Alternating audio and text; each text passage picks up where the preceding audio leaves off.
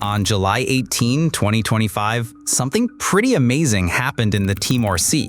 You had the Royal Navy's HMS Prince of Wales and the US Navy's USS George Washington, these two really big, seriously large aircraft carriers, just hanging out and doing some joint operations for this exercise called Talisman Sabre 2025. It was quite something. This wasn't just any old meeting. It was the very first time these two huge ships from the US and UK had ever teamed up for this exercise, since it started way back in 2005. Can you believe it? 20 whole years, and this is the first time their carriers worked together for Talisman Sabre. That's a pretty big deal, don't you think? It highlights the strong alliance between two nations, showcasing their combined power for a free Indo-Pacific. Two of the largest aircraft carriers sailing together, launching jets, demonstrate their readiness to collaborate and maintain regional stability. What are we talking about, and why they're so impressive? When these two carrier groups joined up, it was like a gathering of incredibly advanced naval equipment and a whole lot of firepower. We're talking about some truly amazing feats of engineering here, packed with the latest technology and designed to project power across oceans. It's not just about their size, but what they can do. HMS Prince of Wales, R09, the UK's pride, and her big trip around the world. Okay, so the HMS Prince of Wales is the Royal Navy's second Queen Elizabeth-class carrier, and it's basically their most important ship right now.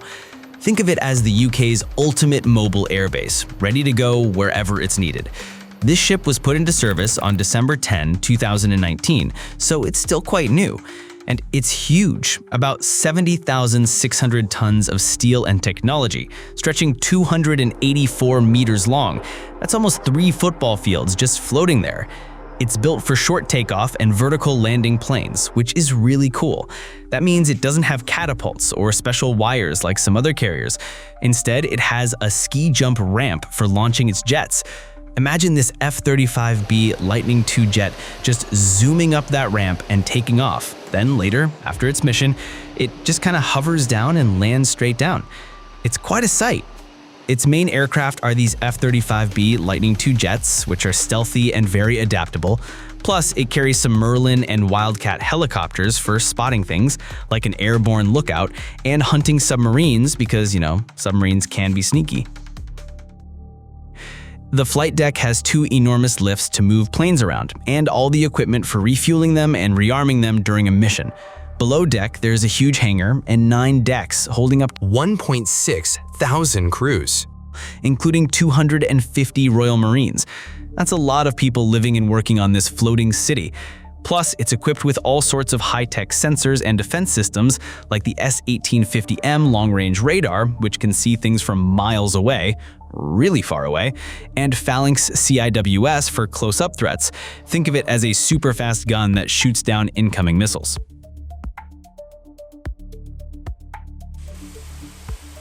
This whole trip for Talisman Sabre 2025 is part of its big 8-month deployment to the Indo-Pacific, which they've called Operation High Mast. It's not just a short vacation, this is a serious, long mission. The Carrier Strike Group, with its escort ships, is basically sailing across the globe, showing its presence, doing exercises with allies, and generally being there. Essentially, the UK is saying, hey, we're here, and we're serious. We're a global player, not just a European one. It's a massive logistical effort to keep a ship like this and its crew supplied at sea for so long, with help from ships like the RFA Tidespring, which is basically a giant floating gas station and supermarket. USS George Washington, CVN-73, America's powerhouse, the nuclear-powered giant. Then you have the USS George Washington, a Nimitz-class nuclear-powered aircraft carrier. This impressive ship is a key part of the US Navy, one of their 11 supercarriers, always out there keeping things calm in important areas. And when I say nuclear-powered, I mean it can basically run for about 20–25 years without needing to refuel its reactors. That's incredible. It means it can stay out at sea, projecting power for very long periods without having to stop at a port for fuel. For Talisman Sabre 2025, the GW brought its carrier air wing, CVW-5, which includes the Argonauts from Strike Fighter Squadron VFA-147, flying F-35C Lightning II jets. And get this, it was the first time the F-35C version was in Talisman Sabre, which is a really big deal. You see, the F-35C is designed specifically for large carriers with catapults, unlike the F-35B on the Prince of Wales. So seeing them both in action, showing how well they can work with other countries' navies, is proof of how adaptable these jets and their pilots are.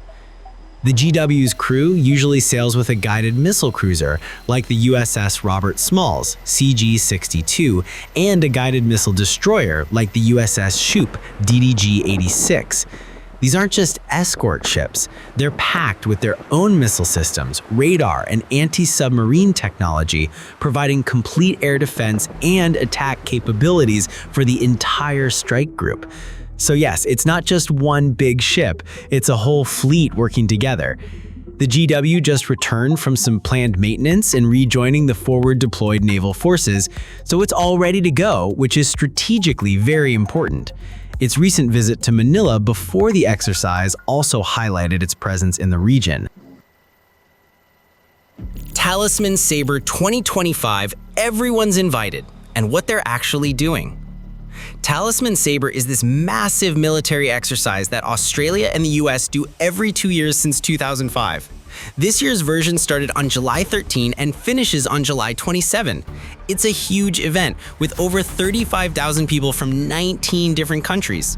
Besides the US and UK, you have Australia, Canada, Japan, New Zealand, Germany, France, and more, all working to keep the Indo-Pacific free and open. It's like a giant, very serious training camp for militaries, but with a lot more action and strategic planning.